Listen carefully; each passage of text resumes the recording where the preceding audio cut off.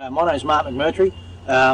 This short video is about what we're going to be dealing with is the illegality of the use of British law in Australian territory, the fact that the Crown never lawfully extended its sovereignty to Australia, and the fact that our political so-called masters and so-called leaders have absolutely no credibility at all when it comes to their purported legality and that of their governments. The whole process starts back in 40,000 years ago. Then we take a mighty leap forward until 1701, and in 1701 the British Parliament created an Act which established the Crown and its authority as a statutory monarch or a constitutional monarch in the British Parliament. One of the limitations on the monarch was that the monarch was limited by paragraph 7 or section 7 of the Act of Settlement 1701 UK, in that the Crown was not allowed to extend its sovereignty outside of the dominions of England, Scotland or Ireland without the consent of the Parliament. Now, we only have to look at documents, and we're talking about a line of contemporaneous documents including the Hansard of the British Parliaments, letters patent issued by King William, and letters patent issued by subsequent monarchs. We can step forward from 1701 to 1836, when on the 19th of February King William IV signed letters patent in respect of the establishment of or the proposed establishment of the province of South Australia. And the letters patent contained only two items. The first item was a description of the boundaries of the proposed province, and the second item that it contained was a proviso.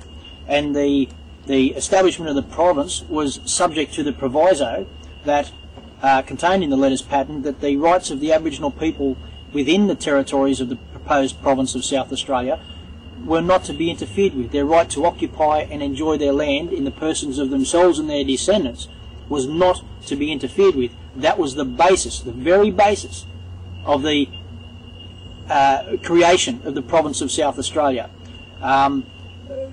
There are contemporaneous or documents in time with that. If you have spent time and research the Hansard of the British Parliament, although I'm quite sure by the time the British Parliament gets to see this video, the sleaze buckets there would have made sure that those documents aren't available to the public, but I can assure you that the Hansard of the Parliament of Great Britain clearly shows that the attitude of the Parliament was, and the monarch was, that they were going to start, lo and behold, they were going to start to respect the indigenous peoples in whose lands they were, or their representatives were, as settlers. We step forward from 1836, the 19th of February, to the 23rd of February 1836, when the letters patent for the office of the Governor of South Australia were issued.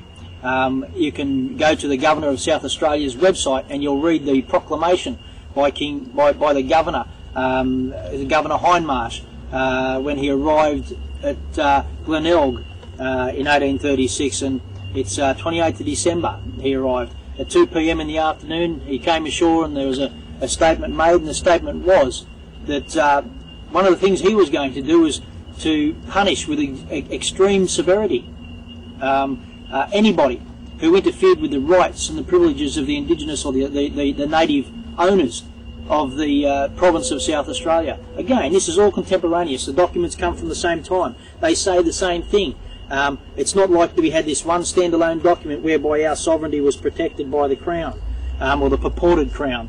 1836 we go forward to 1875, bearing in mind the Settlement Act 1701, that the Crown was not allowed to take its sovereignty outside the dominions of England, Scotland and Ireland without the consent of the Parliament.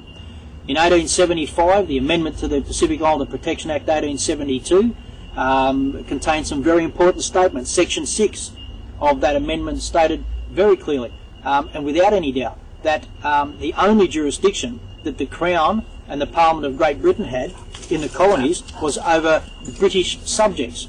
Aboriginal people could never ever be slated as being British subjects. Never have we acquiesced to the British Parliament, never have we acquiesced to the British Crown, never have we given over or given up that we own and currently still own, which is the lands within the dominion, the so-called dominion, of Australia.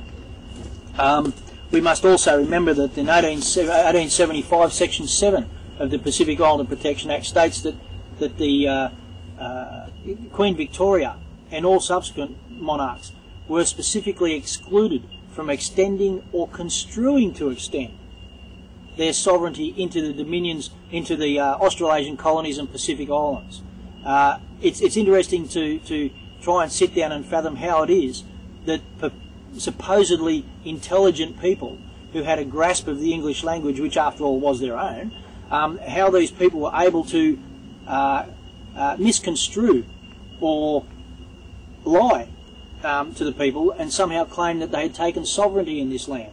I have a recent letter through a friend in Newcastle. This letter states from Fred Marr, got back from the Attorney General. The Commonwealth Attorney General claims that the Crown extended its sovereignty here and took radical title over Australia.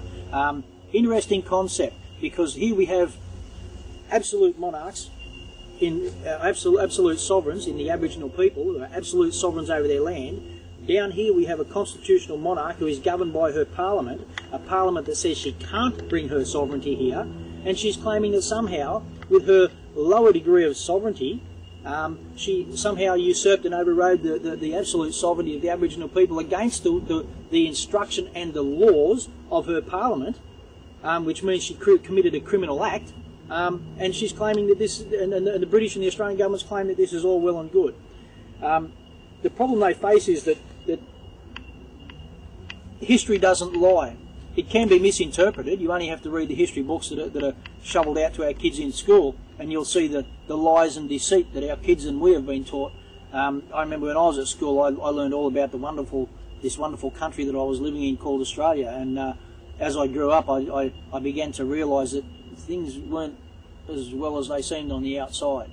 The biggest issue being that the authorities claim a jurisdiction that they've never, ever lawfully had. We've got judges who preside in courts under British coats of arms in Australia. We've got a constitution that is Section 9 of a current piece of British legislation entitled 63 and 64 Victoria Chapter 12, an Act to Constitute the Commonwealth of Australia 1900 UK. Our constitution being Section 9 of that, the first 8 sections being the covering clauses that state clearly how Section 9 is to be dealt with lawfully. And in Section 9, when it was created, and we have to remember that this document was drafted by white Australians, and this is not a black and white issue, but it was drafted by white Australians in total absence of any representation by the Aboriginal people. And this document was created only to be used in respect of British subjects, because obviously British law can only have jurisdiction over British subjects. Now, and we only have to look at Section 6 of the Pacific Islander Protection Act to see that the Crown only facilitated through the Pacific Islander Protection Act jurisdiction over its own subjects.